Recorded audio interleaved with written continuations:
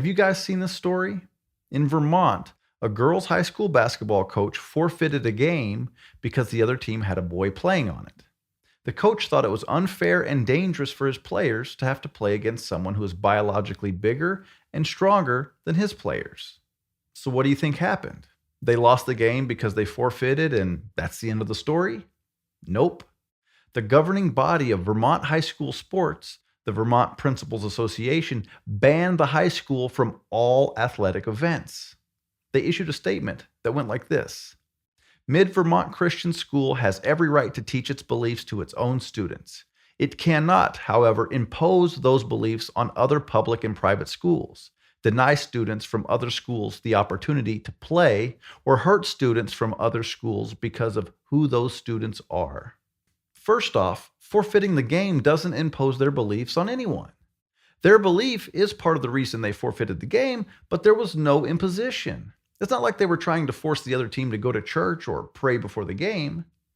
And secondly, there is a risk for girls who play against a dude who's naturally bigger, stronger, and faster. So not only was it unfair, it was dangerous for the girls who had to play against them. Here's the coach, Chris Goodwin, on Fox News talking about it. So I would never bring my girls to a boys practice or have the boys come into our practice and say to them, hey, we're going to scrimmage today, we're going to go game speed, because it is just asking for an injury. And it'd be irresponsible on my part to put my girls and my daughter on the court to play against male athletes. Anyone with a lick of sense knows that boys and girls are different, and that girls playing against boys can be risky. It's why most people who are in prison for domestic violence are men. It's not like some women don't want to beat their man. They just can't do it because most of them are physically weaker. Now, the religious aspect of this situation has to be talked about.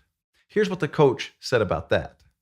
After discussions with the administration and our players and parents, we decided that instead of going against our religious beliefs that, there are differences between male and female and we are created differently, we decided to forfeit that game and withdraw from the tournament.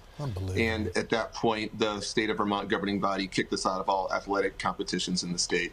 So the coach, the players, their parents, and the school administration have a religious belief that there is a difference between a boy and a girl. But here's the thing. That's also a scientific fact.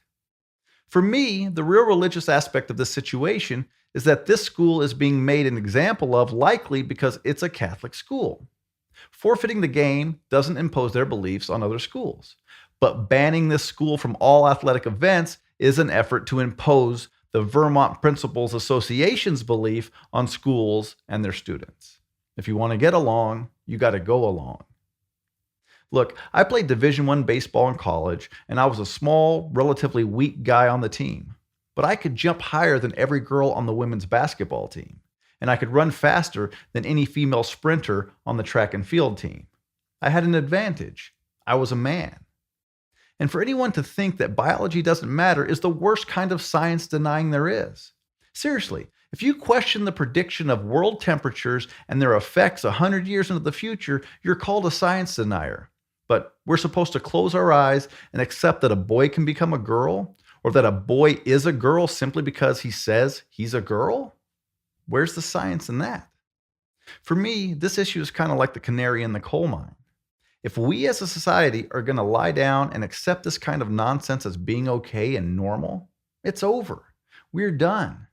If we can't stand up and speak the most obvious truths, if we allow our kids to be fully indoctrinated into believing that being a man or a woman has nothing to do with biology, the fall of this great experiment we call America won't be far behind. And that's the simple truth. Hey guys, thanks for watching. And if you all want to support this channel, check out the links in the description, and let's keep putting some common sense back into the great debate.